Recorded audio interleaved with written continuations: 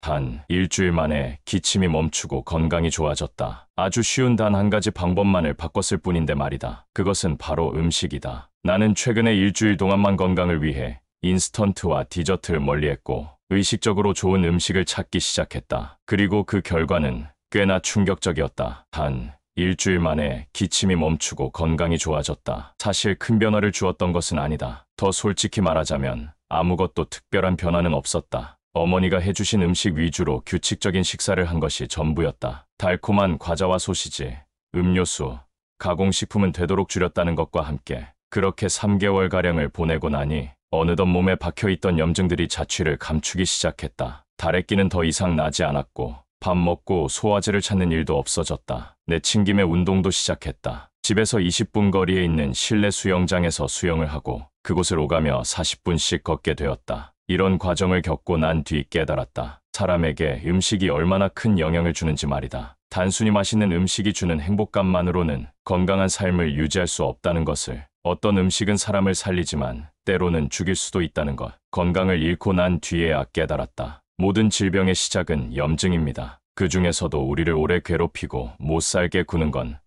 만성염증입니다. 급성염증은 약성이 강한 약으로 치료하면 빨리 나을 수 있는데 만성염증을 없애려면 긴 시간이 필요하기 때문에 강한 약을 쓰기에는 어려움이 있습니다. 그래서 전 대안으로 약성이 분명하되 성질이 부드러운 음식을 처방에 식취하고 있습니다. 우리는 모두 다 다른 체질로 태어났습니다. 오장육부의 강약이 달라 강한 부분이 있으면 약한 부분도 존재합니다. 대개는 자신의 약한 부분에서 염증이 만성적으로 발현되기 마련입니다. 호흡기가 약하면 만성비염을 앓게 될 수 있고, 장이 약하면 장염으로 오래 고생하거나, 방광이 약하면 만성방광염에 시달리게 될 것이고요. 문제의 원인을 찾고 개선하는 과정에서 몸과 마음의 균형을 하나씩 맞춰 나갈 때 저는 큰 보람을 느낍니다. 오늘 영상을 통해서 염증이란 무엇인지, 현대인이 만성염증을 달고 살게 된 원인은 무엇인지, 그리고 생활 속에서 무엇부터 바꿔야 하는지, 나아가 관리하는 방법까지 전부 알려드리겠습니다. 염증의 비밀.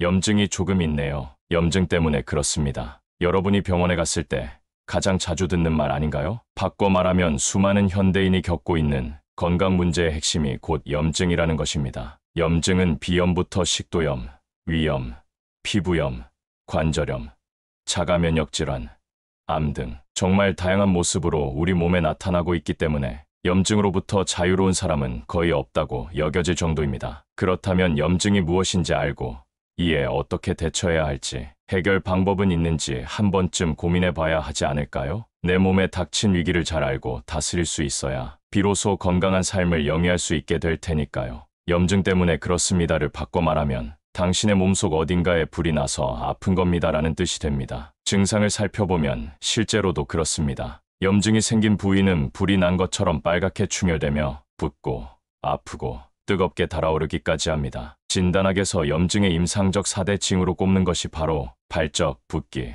통증, 열감입니다. 여기에 기능 저하가 추가되기도 하고요. 수많은 사례 중에서 육안으로도 쉽게 확인할 수 있는 부위는 피부나 눈에 생기는 염증일 겁니다. 피부에 상처가 나는 경우나 면역 반응 이상으로 아토피, 피부염 등이 발생하는 경우에는 피부가 빨개지고 부어오르면서 따갑고 아프지요. 만져보면 뜨끈뜨끈한 느낌도 날 겁니다. 염증이 발생한 것입니다. 눈에 결막염이 생기면 어떨까요? 충혈되고 붓거나 심하면 진물이 나기도 합니다. 피부 표면뿐만 아니라 속이 쓰리고 아픈 증상 역시 몸속 염증이 생겼을 때 느껴지는 불편감 중 하나입니다. 가슴이 타는 듯한 통증 때문에 새벽에 잠을 깬다는 분들도 많습니다. 식도 점막에 빨갛게 염증이 있어 느껴지는 증상 중 하나지요. 피부염, 결막염, 식도염 등 불리는 이름은 다 다르지만 이들은 모두 염증입니다. 염증은 질병이 아닙니다. 염증의 원인을 찾기 전 우리는 염증의 본질에 관해 이해할 필요가 있습니다. 염증이 발생한다는 것은 본디 나쁜 현상이 아닙니다. 머릿속에 염증은 곧 나쁘다라고 입력되어 있다면 당장 지우시길 바랍니다. 바로 여기서부터 염증에 대한 오해가 시작되니까요. 몸속에 염증이라는 불이 나는 것은 전쟁이 일어났기 때문입니다. 우리 몸은 세균, 바이러스, 이물질 등 몸에 해로운 것으로부터 스스로를 지키기 위해 매일 크고 작은 전쟁을 치릅니다. 이를 의학 용어로 면역 반응이라고 합니다. 자신을 지키기 위한 과정에서 나타나는 반응이 염증인 셈입니다. 다시 말하면 염증은 질병이 아닙니다. 염증의 목적은 세포의 손상을 초기 단계에서 억제하고 파괴된 조직 및 괴사된 세포를 제거하며 동시에 조직을 재생하는 것입니다. 그 과정에서 붓고 아프기에 나쁜 것이라고 여길 수 있지만 무조건 해로운 것은 아니며 건강을 지키기 위해 반드시 필요한 수단입니다. 그렇게 발생한 염증은 약을 먹지 않아도 시간이 지나면 자연스럽게 사라집니다. 몸을 지키기 위해 발생한 염증이 오래 이어진다면 정상세포에도 손상을 입히게 될 테니 우리 몸은 스스로 적당한 시점에 제동을 거는 겁니다. 염증은 초기 기선 제압이 중요합니다. 문제는 갑자기 불이 너무 크게 나버렸을 때 발생합니다. 급성 염증에서 많이 생기는 상황입니다. 몸속 전쟁은 감기보다는 독감 바이러스와 싸울 때 커지고 코로나 바이러스처럼 생전 처음 접하는 바이러스와 싸울 때도 크게 일어납니다. 몸속에 큰 불이 나면 침입자뿐만 아니라 내 몸의 연약한 조직을 손상시키고 장기 전체를 순식간에 망가뜨릴 수 있습니다. 최근 코로나 바이러스가 일으킨 몸의 반응과 후유증을 떠올리면 이해가 빠를 것입니다. 이렇듯 염증이라는 불이 급성으로 너무 세게 발생할 경우, 그래서 스스로를 해치게 될 경우에는 소염제를 비롯해 치료에 필요한 약을 처방받아 염증성 손상을 최소화해야 합니다. 염증은 원래 단기간에 끝나도록 설계되어 있습니다. 제 역할을 다했다고 판단하는 시점의 면역계가 염증 이제 그만 하고 염증을 차단하거든요. 그런데 불이 오래도록 진화되지 않거나 자주 발생하거나 엉뚱한 곳으로 옮겨가는 경우가 있습니다. 만성염증이지요. 적절한 스트레스는 숙면에 도움이 되지만 만성 스트레스는 삶의 질을 떨어뜨리는 것처럼 염증은 생명을 보호하는 수단이지만 만성염증은 건강을 위협하는 무기가 됩니다. 어쩌다가 현대인은 만성염증으로 고통받게 되었을까요? 당신이 염증을 달고 사는 이유. 어느 날 환자 한 분이 병원을 방문했습니다. 어디가 불편해서 오셨나요?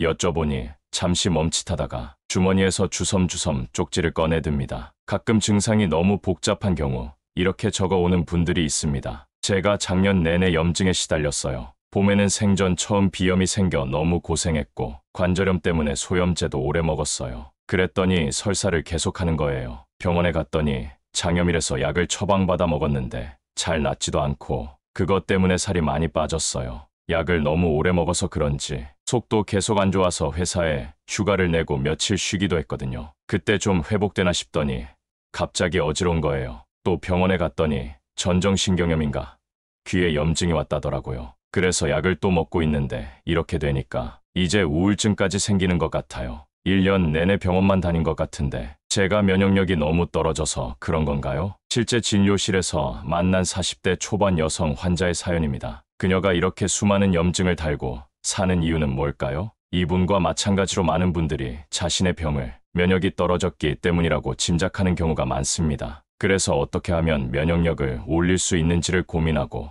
면역력을 키우는 법, 면역력을 끌어올리는 법, 면역력을 증강하는 법을 열심히 검색해 보지요. 영양제나 각종 건강식품을 챙겨 먹으며 어떻게든 면역력을 키우려고 노력합니다. 물론 스스로 몸을 챙기려는 태도는 매우 중요하지만 한 가지 간과한 사실이 있습니다. 염증은 면역력이 부족해도 잘 생기지만 과해도 잘 생긴다는 사실입니다. 지금부터 그 차이를 설명해 보겠습니다. 면역력이 부족할 때, 면역력이 떨어져 외부 바이러스나 세균에 대항하는 힘이 약해지면 감기, 대상포진, 노로바이러스 등에 쉽게 감염될 수 있습니다. 이로 인해 상기도, 피부, 장 등의 염증 반응이 나타나지요. 사실 바이러스는 어디에나 존재하는데 같은 환경에서 같은 공기를 마시고 같은 음식을 먹어도 남들보다 감염성 질환에 잘 걸리는 이유는 바로 면역력이 약하기 때문입니다. 이런 경우라면 면역을 담당하는 세포들의 수를 늘리고 면역세포의 활동성을 증가시켜서 면역력을 키워야 각종 염증에서 자유로워질 수 있습니다. 면역력이 과할 때 반대로 면역력이 너무 항진, 즉 과해지면 어떻게 될까요? 두 가지 경우로 설명드리겠습니다. 첫 번째는 외부 침입자에 너무 과하게 반응한 나머지 면역 전쟁을 대규모로 일으키는 경우입니다. 급성염증 반응에서 간혹 나타나는데요. 코로나19 바이러스가 면역력이 약한 어르신뿐 아니라 젊은 20대부터 30대에게도 위험하다고 한 이유가 바로 여기에 있습니다. 바이러스가 우리 몸에 침투했을 때 면역이 너무 약해도 방어가 안 되겠지만 면역이 쌩쌩한 데다 심지어 젊다면 처음 보는 바이러스에 그래, 세게 한번 붙어보자 하고 도전장을 내밀 수도 있습니다. 면역의 과도한 작용으로 면역물질인 사이토카인이 대량 방출되고 이것이 폐와 정상조직까지 공격하는 대규모 염증 반응을 일으키게 되면 생명까지도 위협할 수 있습니다. 두 번째는 반응할 필요가 없는 것에도 면역이 과민하게 반응하는 경우입니다. 작은 먼지, 입자나 꽃가루 등의 반응에서 콧물, 재채기로 발현되는 괴로운 비염을 달고 사는 알레르기성 질환이 대표적이지요.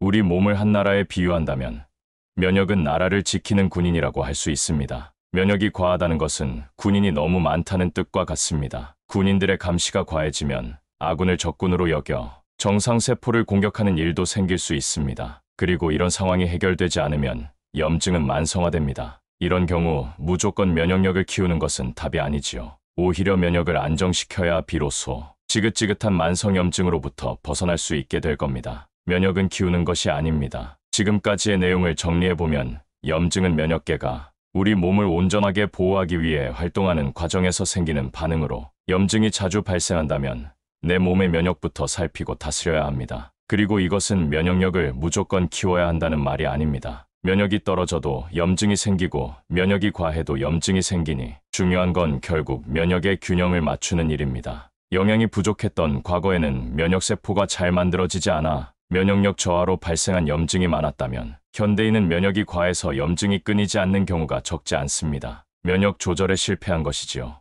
면역의 과민 반응이 심해지면 외부에서 들어오는 이물질뿐 아니라 특정 식품에까지 반응의 적으로 간주하고 싸움을 일으킵니다. 그래서 기존에 없었던 음식 알레르기가 생깁니다. 또한 정상적인 관절 조직의 염증을 일으켜서 류머티즘성 관절염을 앓게 하고 장 점막의 염증을 일으켜서 크론병이라는 염증성 질환을 유발하기도 합니다. 외부 원인이 아닌 자가면역 반응으로 스스로를 자해하는 상황이지요. 이런 식으로 염증을 일으키는 병을 자가면역 질환이라고 합니다. 증상이 심하면 병원에서는 면역 억제제를 처방하여 해당 부위의 염증이 진행되지 않도록 억제하지만 면역 억제제는 전체적인 면역을 저하시키기에 부작용이 있습니다. 각종 바이러스 감염 질환에 매우 취약해지게 됩니다. 원래 우리 몸에는 면역 반응이 넘치지도 모자라지도 않게끔 스스로 조절하는 힘이 있습니다. 면역을 과하지 않게 조절해서 염증을 줄이는 동시에 상처를 치유하고 자가면역 질환을 예방하며 염증성 질환을 억제하는 데 큰 역할을 하는 면역세포로는 조절세포가 대표적인데요. 이런 면역 조절자들이 제 역할을 잘해준다면 염증의 굴레에 갇혀 소염제를 달고 사는 일이 줄어들 것입니다. 정리하자면 소염제 처방은 염증이라는 급한 불은 끌 수 있겠지만 염증이 생기는 원인까지 다스려주지는 않습니다. 그러니 우리가 염증을 없애고 건강을 되찾기 위해 당장 해야 할 일은 면역을 키우는 것이 아니라 면역을 조절하는 힘을 다시 찾는 것, 즉 면역 균형을 회복하는 일입니다. 면역 조절력을 키우려면 어떻게 해야 할까요? 아쉽지만 이를 위해 개발된 약이나 영양제는 아직 없습니다. 대신 다른 방법이 있지요. 몸속 미생물을 관리하는 것입니다. 인체에 서식하는 모든 미생물의 유전체를 총칭해 마이크로바이옴이라고 합니다. 이스라엘의 바이츠만 연구소에 따르면 사람의 세포수를 30조 개라 추정했을 때 미생물의 수는 그보다 더 많은 38조 개, 장내 미생물의 총 무게는 약 200g이라고 합니다. 지난 10여 년간 6만 건이 넘는 논문을 통해 인간의 다양한 질병이 마이크로바이옴과 관련되어 있다는 사실이 밝혀진 바 있습니다. 그리고 또 한 가지 놀라운 사실이 있습니다. 바로 이들이 면역 조절자의 역할을 한다는 것입니다. 면역을 강화하거나 약화하기도 하고 염증 반응을 조절하고 심지어 뇌가 기능하는 방식까지도 통제하는 등 다양한 방식으로 우리 몸의 면역과 상호작용을 한다는 것이지요. 장은 장내 미생물이 일하는 공장입니다. 미생물은 장 공장에서 먹고 자고 활동하면서 건강에 매우 유리한 물질을 만들어주는데요. 이들이 생산하는 주된 물질은 대부분 짧은 사슬로 연결된 모양이라 단쇠지방산이라고 부릅니다. 그 중에서도 특히 뷰티르산이 면역을 조절하고 염증을 줄여주고 식욕을 조절하고 인슐린 감수성을 증가시켜서 혈당 조절이 잘 되게 하고 손상된 장 점막을 복구하는 등 놀라운 작용을 하는 것으로 알려져 있습니다. 그러니까 장을 비롯해 인체 건강에 직접적인 도움을 주는 것은 미생물 자체가 아니라 이들이 먹이를 먹고 난 후 분해해서 만들어낸 단쇠지방산이라는 것이지요. 따라서 면역 균형을 잘 유지하기 위한 제일 조건은 장 공장이 활발하게 돌아가는 것입니다. 장내 미생물을 잘 먹이고 쾌적하게 일할 수 있는 환경을 만들어 공장을 상시 불가동시켜야 합니다. 만약 장 공장이 잘 돌아가지 않으면 속이 더부룩할 뿐만 아니라 쉽게 살이 찌고 식욕과 혈당 조절이 잘 안 되고 염증이 자주 생기고 특정 음식에 알레르기나 과민성 반응 등이 생기는 등 이상 증세가 나타날 수 있습니다. 또 내 건강에도 영향을 끼치는데 기억력과 집중력이 떨어지고 무기력증과 우울감이 나타나며 아이들 같은 경우에는 주의력 결핍 장애가 생기기도 합니다. 동시에 면역 균형도 와르르 무너집니다. 내 몸 반려균과 함께 사는 법. 매일 햄버거만 먹는다면 장 안에서는 어떤 변화가 생길까요? 햄버거의 총 무게는 230g 정도인데 기본 재료를 살펴보면 빵과 빵 사이에 소고기 패티가 있고 양상추, 양파, 치즈 그리고 드레싱 등이 추가됩니다. 만약 소고기 패티가 2장 들어간 햄버거라면 칼로리가 약 583칼로리, 여기에 감자튀김, 콜라까지 더해 세트 메뉴로 먹으면 칼로리는 1000칼로리까지도 훌쩍 뛰어오릅니다. 이렇듯 햄버거는 칼로리가 매우 높은 음식입니다. 그렇다면 이 중에서 장 안에 살고 있는 미생물이 먹을 수 있는 것은 뭐가 있을까요? 기껏해야 양상추, 양파 정도가 있겠네요. 먹는 양에 비하면 10g도 안 되는 정말 적은 양이지 않나요? 장내 미생물이 먹을 수 있는 식량이 부족하면 어떻게 될까요? 이를 밝혀내기 위해 킹스 칼리지 런던의 팀 스펙터 교수는 10일간 햄버거만 먹은 사람의 장내 미생물 변화를 관찰하는 실험을 실시했습니다. 자신의 아들에게 비용을 주고 10일간 햄버거와 콜라만 먹게 했지요. 아들은 이 기간 동안 매일 대변 샘플을 채취해 시험실로 보냈는데 그 결과는 가히 충격적이었습니다. 장에는 약 1400여 가지 박테리아가 존재하는데 그중 40%가 파멸된 것입니다. 이 실험 결과를 통해 우리는 다음과 같은 답을 구할 수 있었습니다. 인간이 미생물을 위한 음식을 따로 섭취하지 않는다면 장내 미생물은 굶어 죽을 수밖에 없으며 종류의 다양성 역시 현저히 감소한다는 사실입니다. 다시 말해 미생물이 굶게 되면 일할 기력이 없으니 장 공장은 가동을 멈추고 그로 인해 뷰티르산의 생산이 감소해 면역 조절력 또한 떨어집니다. 이는 곧 잦은 염증의 원인이 됩니다. 면역을 조절하는 힘을 키우려면 우리는 장내 미생물, 즉 장내균들을 잘 대접해야 합니다. 장내 상주균은 우리 몸속에서 평생 함께 살아갑니다. 그래서 반려균이라고 할 수 있습니다. 반려동물, 반려식물에 애정을 쏟는 만큼 반려균에도 관심을 주고 잘 보살펴야 합니다. 여러분은 반려균을 든든히 먹이고 계신가요? 내가 주로 먹는 음식을 떠올려 보세요. 인스턴트, 패스트푸드, 배달음식 위주의 식단은 아니었는지, 이 음식에 반려균이 배부르게 먹을 먹잇감이 포함되어 있는지 말이죠. 장내 미생물들이 가장 기본적으로 섭취하는 것은 섬유소입니다. 일반 성인 기준 섬유소의 하루 권장 섭취량은 20g에서 25g인데 가공식품을 주식으로 하는 경우 섬유소가 늘 부족할 수밖에 없습니다. 섬유소는 탄수화물, 지방, 단백질, 비타민, 무기질, 물과 함께 7대 영양소로 지칭될 만큼 건강을 지키기 위한 필수 영양소로 분류되며 장 공장을 활발히 돌리는 연료이기도 합니다. 이는 곧 충분히 섭취하지 않으면 면역 조절력에도 문제가 발생할 수도 있다는 말입니다. 그러니 평소 섬유소가 부족하지 않도록 섭취에 신경 써야 합니다. 면역 균형을 되찾고 싶으시다고요? 지금 당장 반려균을 잘 먹이시길 바랍니다. 지긋지긋한 염증에서 벗어나는 길, 일단 제대로 먹는 것에서부터 시작되니까요. 배에 가스가 차고 방귀가 자주 나온다면 3가지 습관을 피하세요. 장이 건강한 사람은 늘 배 속이 편안한데 그렇지 않은 사람은 수시로 배에 가스가 차고 방귀도 자주 나옵니다. 걸을 때마다 방귀가 나와서 민망했던 순간이 한두 번이 아니었어요. 혹시 무슨 문제가 있는 건 아닐까요? 진료실에 찾아와 이런 고충을 털어놓는 분들이 많습니다. 사실 방귀는 장에 쌓이는 가스를 배출하기 위한 생리 현상이기에 하루에 1020회 정도 나오는 것은 문제가 되지 않습니다. 다만 생활에 지장을 줄 정도로 속이 부글부글하거나 하루 20번 이상 방귀를 낀다면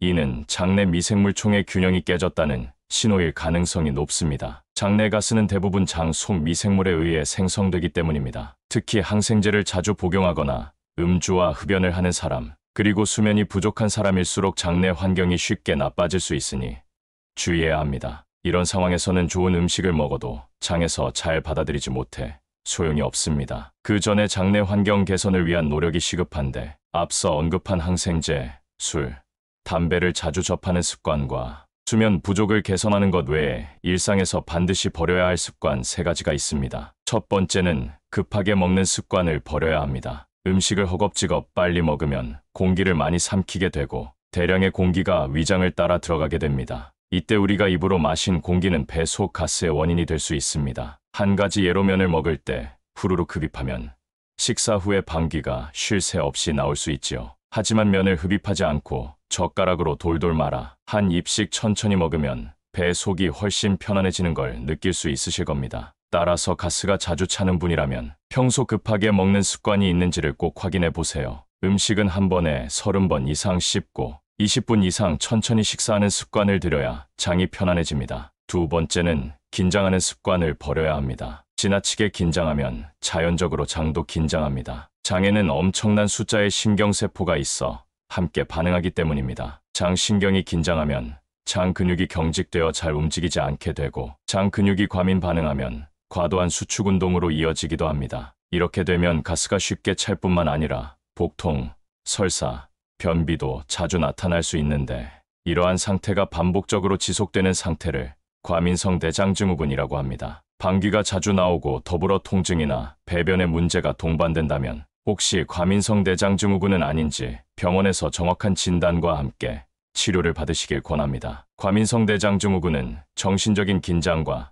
스트레스로 촉발되는 경우가 많기 때문에 마음가짐을 편안하게 하는 것이 중요합니다. 장 건강을 위해 버려야 할 마지막 습관은 찬물을 마시는 습관입니다. 찬물을 마시면 위장관의 온도가 즉각적으로 떨어집니다. 온도가 떨어지면 위장관의 운동성도 함께 줄어드는데요. 이때 우리 몸은 위장관의 온도를 다시금 높이기 위해 많은 에너지를 사용합니다. 얼마 정도의 시간이 지나면 장의 움직임은 회복되는데 여기에 또 찬물을 끼얹게 되면 운동성은 다시 뚝 떨어집니다. 이러한 일이 반복되면 위장관 전체의 연동운동도 점점 무력해집니다. 즉, 잘 안 움직이게 되지요. 이 경우 음식물이 장에 머무르는 시간은 길어질 수밖에 없습니다. 결과적으로 음식물이 장내 미생물에 의해 오랜 시간 발효되면서 가스가 차고 수분을 빼앗긴 대변으로 인해 변비가 생기게 되는 것입니다. 특히 변비가 있는 사람이라면 찬물, 찬 음료를 멀리하는 습관에 익숙해져야 합니다. 가끔 아침에 일어나자마자 화장실을 가기 위해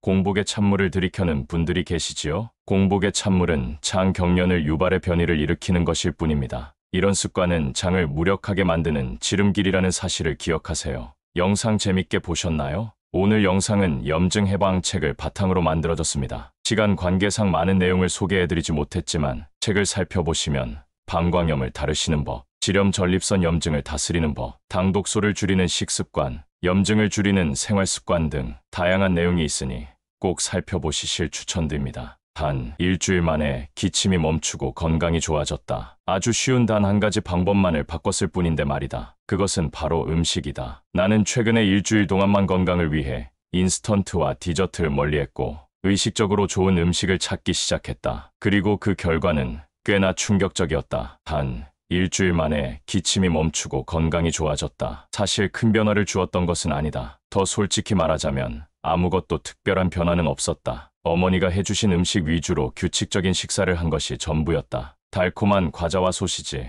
음료수, 가공식품은 되도록 줄였다는 것과 함께 그렇게 3개월가량을 보내고 나니 어느덧 몸에 박혀있던 염증들이 자취를 감추기 시작했다. 다래끼는 더 이상 나지 않았고 밥 먹고 소화제를 찾는 일도 없어졌다. 내친김에 운동도 시작했다. 집에서 20분 거리에 있는 실내 수영장에서 수영을 하고 그곳을 오가며 40분씩 걷게 되었다. 이런 과정을 겪고 난 뒤 깨달았다. 사람에게 음식이 얼마나 큰 영향을 주는지 말이다. 단순히 맛있는 음식이 주는 행복감만으로는 건강한 삶을 유지할 수 없다는 것을, 어떤 음식은 사람을 살리지만 때로는 죽일 수도 있다는 것, 건강을 잃고 난 뒤에야 깨달았다. 모든 질병의 시작은 염증입니다. 그 중에서도 우리를 오래 괴롭히고 못 살게 구는 건 만성염증입니다. 급성염증은 약성이 강한 약으로 치료하면 빨리 나을 수 있는데 만성염증을 없애려면 긴 시간이 필요하기 때문에 강한 약을 쓰기에는 어려움이 있습니다. 그래서 전 대안으로 약성이 분명하되 성질이 부드러운 음식을 처방에 식취하고 있습니다. 우리는 모두 다 다른 체질로 태어났습니다. 오장육부의 강약이 달라 강한 부분이 있으면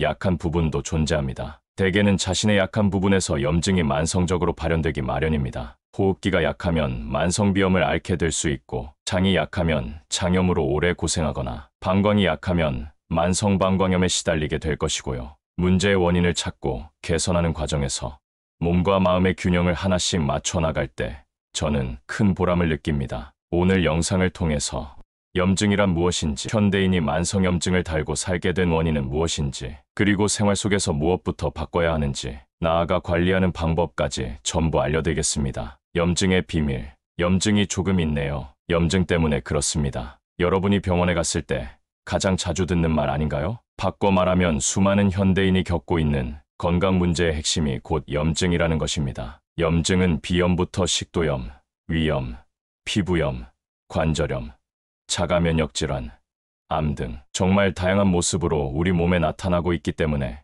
염증으로부터 자유로운 사람은 거의 없다고 여겨질 정도입니다. 그렇다면 염증이 무엇인지 알고 이에 어떻게 대처해야 할지, 해결 방법은 있는지 한 번쯤 고민해 봐야 하지 않을까요? 내 몸에 닥친 위기를 잘 알고 다스릴 수 있어야 비로소 건강한 삶을 영위할 수 있게 될 테니까요. 염증 때문에 그렇습니다를 바꿔 말하면 당신의 몸속 어딘가에 불이 나서 아픈 겁니다라는 뜻이 됩니다. 증상을 살펴보면 실제로도 그렇습니다. 염증이 생긴 부위는 불이 난 것처럼 빨갛게 충혈되며 붓고 아프고 뜨겁게 달아오르기까지 합니다. 진단학에서 염증의 임상적 4대 징후로 꼽는 것이 바로 발적, 붓기, 통증, 열감입니다. 여기에 기능 저하가 추가되기도 하고요. 수많은 사례 중에서 육안으로도 쉽게 확인할 수 있는 부위는 피부나 눈에 생기는 염증일 겁니다. 피부에 상처가 나는 경우나 면역 반응 이상으로 아토피, 피부염 등이 발생하는 경우에는 피부가 빨개지고 부어오르면서 따갑고 아프지요. 만져보면 뜨끈뜨끈한 느낌도 날 겁니다.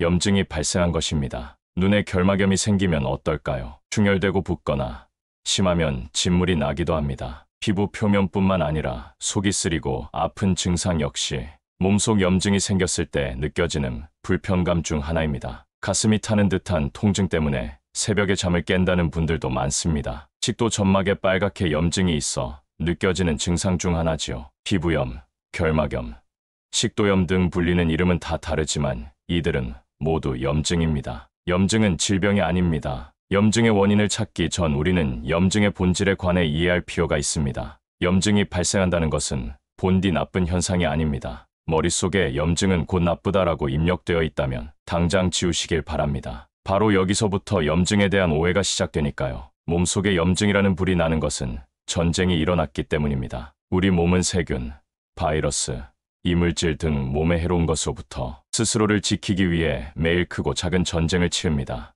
이를 의학 용어로 면역 반응이라고 합니다. 자신을 지키기 위한 과정에서 나타나는 반응이 염증인 셈입니다. 다시 말하면 염증은 질병이 아닙니다. 염증의 목적은 세포의 손상을 초기 단계에서 억제하고 파괴된 조직 및 괴사된 세포를 제거하며 동시에 조직을 재생하는 것입니다. 그 과정에서 붓고 아프기에 나쁜 것이라고 여길 수 있지만 무조건 해로운 것은 아니며 건강을 지키기 위해 반드시 필요한 수단입니다. 그렇게 발생한 염증은 약을 먹지 않아도 시간이 지나면 자연스럽게 사라집니다. 몸을 지키기 위해 발생한 염증이 오래 이어진다면 정상세포에도 손상을 입히게 될 테니 우리 몸은 스스로 적당한 시점에 제동을 거는 겁니다. 염증은 초기 기선 제압이 중요합니다. 문제는 갑자기 불이 너무 크게 나버렸을 때 발생합니다. 급성 염증에서 많이 생기는 상황입니다. 몸속 전쟁은 감기보다는 독감 바이러스와 싸울 때 커지고 코로나 바이러스처럼 생전 처음 접하는 바이러스와 싸울 때도 크게 일어납니다. 몸속에 큰 불이 나면 침입자뿐만 아니라 내 몸의 연약한 조직을 손상시키고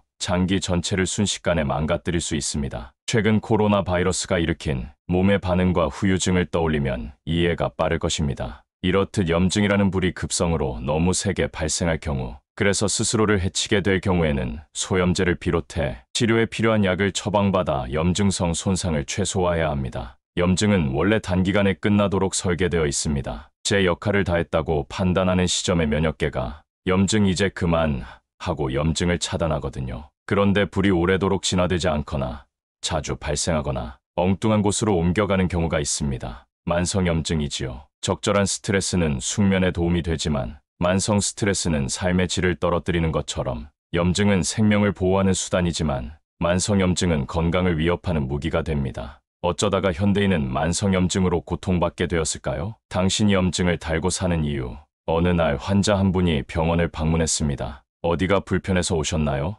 여쭤보니 잠시 멈칫하다가 주머니에서 주섬주섬 쪽지를 꺼내듭니다. 가끔 증상이 너무 복잡한 경우 이렇게 적어오는 분들이 있습니다. 제가 작년 내내 염증에 시달렸어요. 봄에는 생전 처음 비염이 생겨 너무 고생했고 관절염 때문에 소염제도 오래 먹었어요. 그랬더니 설사를 계속하는 거예요. 병원에 갔더니 장염이라서 약을 처방받아 먹었는데 잘 낫지도 않고 그것 때문에 살이 많이 빠졌어요. 약을 너무 오래 먹어서 그런지 속도 계속 안 좋아서 회사에 휴가를 내고 며칠 쉬기도 했거든요. 그때 좀 회복되나 싶더니 갑자기 어지러운 거예요. 또 병원에 갔더니 전정신경염인가 귀에 염증이 왔다더라고요. 그래서 약을 또 먹고 있는데 이렇게 되니까 이제 우울증까지 생기는 것 같아요. 1년 내내 병원만 다닌 것 같은데 제가 면역력이 너무 떨어져서 그런 건가요? 실제 진료실에서 만난 40대 초반 여성 환자의 사연입니다. 그녀가 이렇게 수많은 염증을 달고 사는 이유는 뭘까요?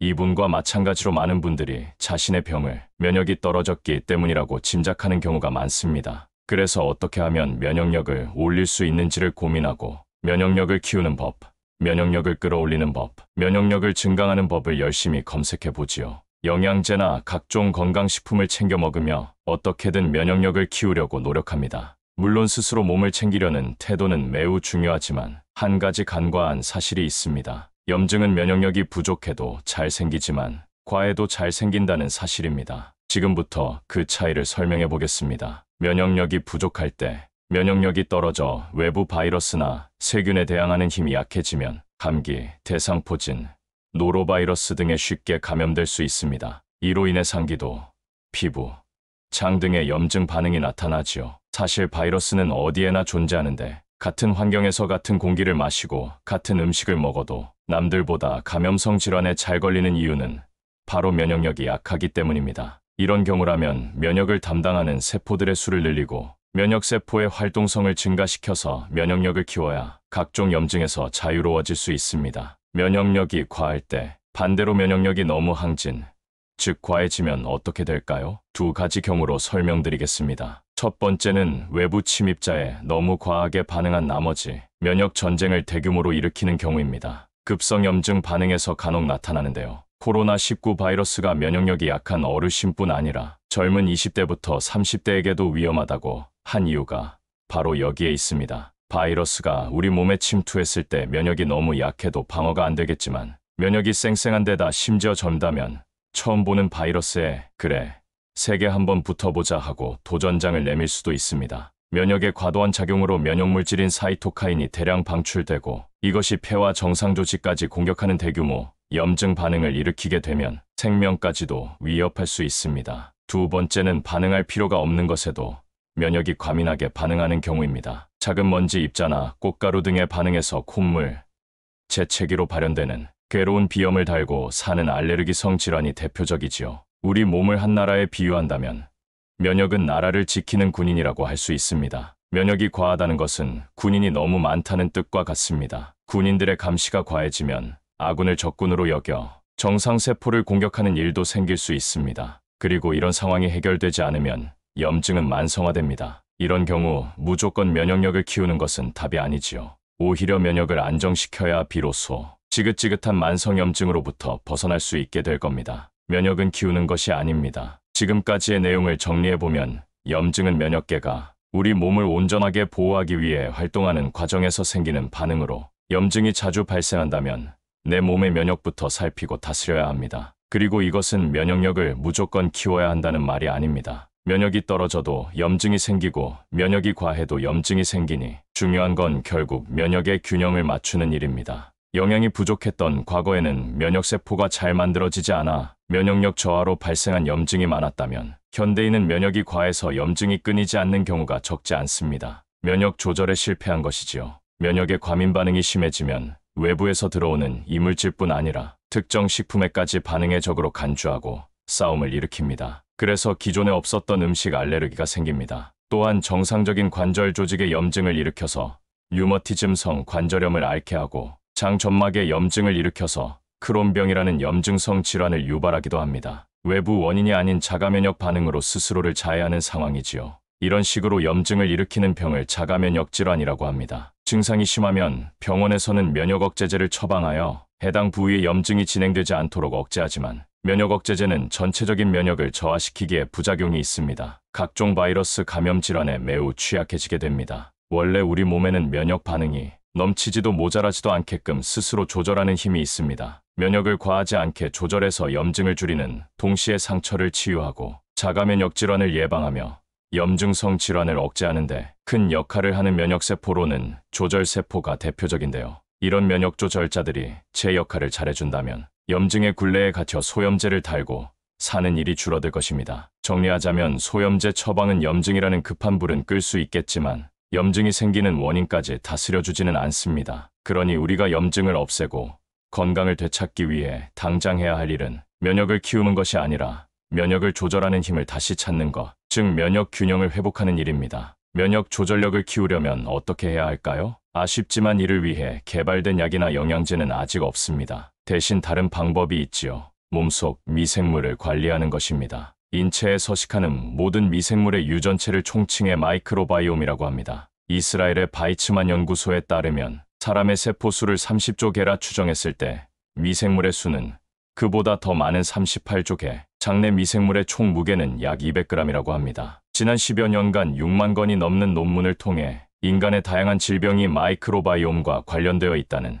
사실이 밝혀진 바 있습니다. 그리고 또 한 가지 놀라운 사실이 있습니다. 바로 이들이 면역 조절자의 역할을 한다는 것입니다. 면역을 강화하거나 약화하기도 하고 염증 반응을 조절하고 심지어 뇌가 기능하는 방식까지도 통제하는 등 다양한 방식으로 우리 몸의 면역과 상호작용을 한다는 것이지요. 장은 장내 미생물이 일하는 공장입니다. 미생물은 장 공장에서 먹고 자고 활동하면서 건강에 매우 유리한 물질을 만들어주는데요. 이들이 생산하는 주된 물질은 대부분 짧은 사슬로 연결된 모양이라 단쇠지방산이라고 부릅니다. 그 중에서도 특히 뷰티르산이 면역을 조절하고 염증을 줄여주고 식욕을 조절하고 인슐린 감수성을 증가시켜서 혈당 조절이 잘 되게 하고 손상된 장 점막을 복구하는 등 놀라운 작용을 하는 것으로 알려져 있습니다. 그러니까 장을 비롯해 인체 건강에 직접적인 도움을 주는 것은 미생물 자체가 아니라 이들이 먹이를 먹고 난 후 분해해서 만들어낸 단쇠지방산이라는 것이지요. 따라서 면역 균형을 잘 유지하기 위한 제일 조건은 장 공장이 활발하게 돌아가는 것입니다. 장내 미생물을 잘 먹이고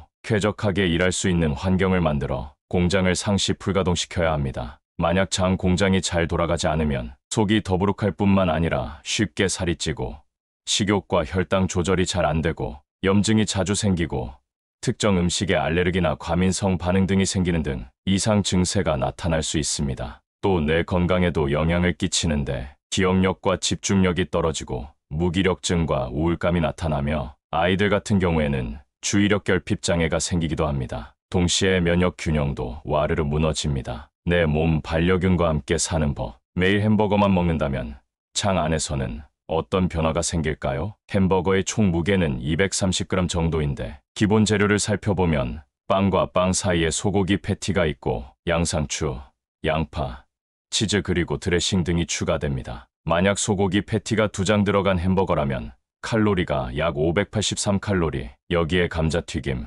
콜라까지 더해 세트 메뉴로 먹으면 칼로리는 1000칼로리까지도 훌쩍 뛰어오릅니다. 이렇듯 햄버거는 칼로리가 매우 높은 음식입니다. 그렇다면 이 중에서 장 안에 살고 있는 미생물이 먹을 수 있는 것은 뭐가 있을까요? 기껏해야 양상추, 양파 정도가 있겠네요. 먹는 양에 비하면 10g도 안 되는 정말 적은 양이지 않나요? 장내 미생물이 먹을 수 있는 식량이 부족하면 어떻게 될까요? 이를 밝혀내기 위해 킹스 칼리지 런던의 팀 스펙터 교수는 10일간 햄버거만 먹은 사람의 장내 미생물 변화를 관찰하는 실험을 실시했습니다. 자신의 아들에게 비용을 주고 10일간 햄버거와 콜라만 먹게 했지요. 아들은 이 기간 동안 매일 대변 샘플을 채취해 실험실로 보냈는데 그 결과는 가히 충격적이었습니다. 장에는 약 1400여 가지 박테리아가 존재하는데 그중 40%가 파멸된 것입니다. 이 실험 결과를 통해 우리는 다음과 같은 답을 구할 수 있었습니다. 인간이 미생물을 위한 음식을 따로 섭취하지 않는다면 장내 미생물은 굶어 죽을 수밖에 없으며 종류의 다양성 역시 현저히 감소한다는 사실입니다. 다시 말해 미생물이 굶게 되면 일할 기력이 없으니 장 공장은 가동을 멈추고 그로 인해 뷰티르산의 생산이 감소해 면역 조절력 또한 떨어집니다. 이는 곧 찾은 염증의 원인이 됩니다. 면역을 조절하는 힘을 키우려면 우리는 장내 미생물, 즉 장내균들을 잘 대접해야 합니다. 장내 상주균은 우리 몸속에서 평생 함께 살아갑니다. 그래서 반려균이라고 할 수 있습니다. 반려동물, 반려식물에 애정을 쏟는 만큼 반려균에도 관심을 주고 잘 보살펴야 합니다. 여러분은 반려균을 든든히 먹이고 계신가요? 내가 주로 먹는 음식을 떠올려 보세요. 인스턴트, 패스트푸드, 배달음식 위주의 식단은 아니었는지, 이 음식에 반려균이 배부르게 먹을 먹잇감이 포함되어 있는지 말이죠. 장내 미생물들이 가장 기본적으로 섭취하는 것은 섬유소입니다. 일반 성인 기준 섬유소의 하루 권장 섭취량은 20g에서 25g인데 가공식품을 주식으로 하는 경우 섬유소가 늘 부족할 수밖에 없습니다. 섬유소는 탄수화물, 지방, 단백질, 비타민, 무기질, 물과 함께 7대 영양소로 지칭될 만큼 건강을 지키기 위한 필수 영양소로 분류되며 장 공장을 활발히 돌리는 연료이기도 합니다. 이는 곧 충분히 섭취하지 않으면 면역 조절력에도 문제가 발생할 수도 있다는 말입니다. 그러니 평소 섬유소가 부족하지 않도록 섭취에 신경 써야 합니다. 면역 균형을 되찾고 싶으시다고요? 지금 당장 반려균을 잘 먹이시길 바랍니다. 지긋지긋한 염증에서 벗어나는 길, 일단 제대로 먹는 것에서부터 시작되니까요. 배에 가스가 차고 방귀가 자주 나온다면 3가지 습관을 피하세요. 장이 건강한 사람은 늘 배 속이 편안한데 그렇지 않은 사람은 수시로 배에 가스가 차고 방귀도 자주 나옵니다. 걸을 때마다 방귀가 나와서 민망했던 순간이 한두 번이 아니었어요. 혹시 무슨 문제가 있는 건 아닐까요? 진료실에 찾아와 이런 고충을 털어놓는 분들이 많습니다. 사실 방귀는 장에 쌓이는 가스를 배출하기 위한 생리 현상이기에 하루에 1020회 정도 나오는 것은 문제가 되지 않습니다. 다만 생활에 지장을 줄 정도로 속이 부글부글하거나 하루 20번 이상 방귀를 뀐다면 이는 장내 미생물총의 균형이 깨졌다는 신호일 가능성이 높습니다. 장내 가스는 대부분 장 속 미생물에 의해 생성되기 때문입니다. 특히 항생제를 자주 복용하거나 음주와 흡연을 하는 사람, 그리고 수면이 부족한 사람일수록 장내 환경이 쉽게 나빠질 수 있으니 주의해야 합니다. 이런 상황에서는 좋은 음식을 먹어도 장에서 잘 받아들이지 못해 소용이 없습니다. 그 전에 장내 환경 개선을 위한 노력이 시급한데 앞서 언급한 항생제, 술, 담배를 자주 접하는 습관과 수면 부족을 개선하는 것 외에 일상에서 반드시 버려야 할 습관 3가지가 있습니다. 첫 번째는 급하게 먹는 습관을 버려야 합니다. 음식을 허겁지겁 빨리 먹으면 공기를 많이 삼키게 되고 대량의 공기가 위장을 따라 들어가게 됩니다. 이때 우리가 입으로 마신 공기는 배 속 가스의 원인이 될 수 있습니다. 한 가지 예로 면을 먹을 때 후루룩 흡입하면 식사 후에 방귀가 쉴 새 없이 나올 수 있지요. 하지만 면을 흡입하지 않고 젓가락으로 돌돌 말아 한 입씩 천천히 먹으면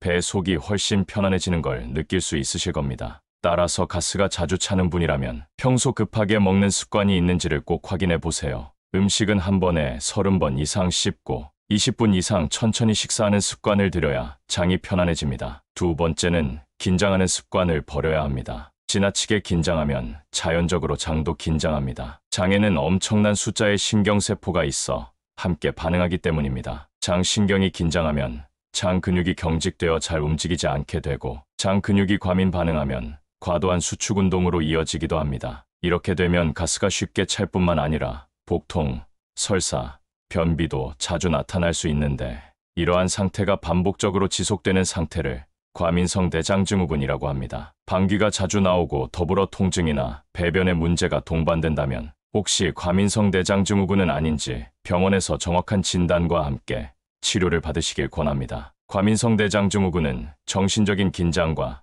스트레스로 촉발되는 경우가 많기 때문에 마음가짐을 편안하게 하는 것이 중요합니다. 장 건강을 위해 버려야 할 마지막 습관은 찬물을 마시는 습관입니다. 찬물을 마시면 위장관의 온도가 즉각적으로 떨어집니다. 온도가 떨어지면 위장관의 운동성도 함께 줄어드는데요. 이때 우리 몸은 위장관의 온도를 다시금 높이기 위해 많은 에너지를 사용합니다. 얼마 정도의 시간이 지나면 장의 움직임은 회복되는데 여기에 또 찬물을 끼얹게 되면 운동성은 다시 뚝 떨어집니다. 이러한 일이 반복되면 위장관 전체의 연동운동도 점점 무력해집니다. 즉, 잘 안 움직이게 되지요. 이 경우 음식물이 장에 머무르는 시간은 길어질 수밖에 없습니다. 결과적으로 음식물이 장내 미생물에 의해 오랜 시간 발효되면서 가스가 차고 수분을 빼앗긴 대변으로 인해 변비가 생기게 되는 것입니다. 특히 변비가 있는 사람이라면 찬물, 찬 음료를 멀리하는 습관에 익숙해져야 합니다. 가끔 아침에 일어나자마자 화장실을 가기 위해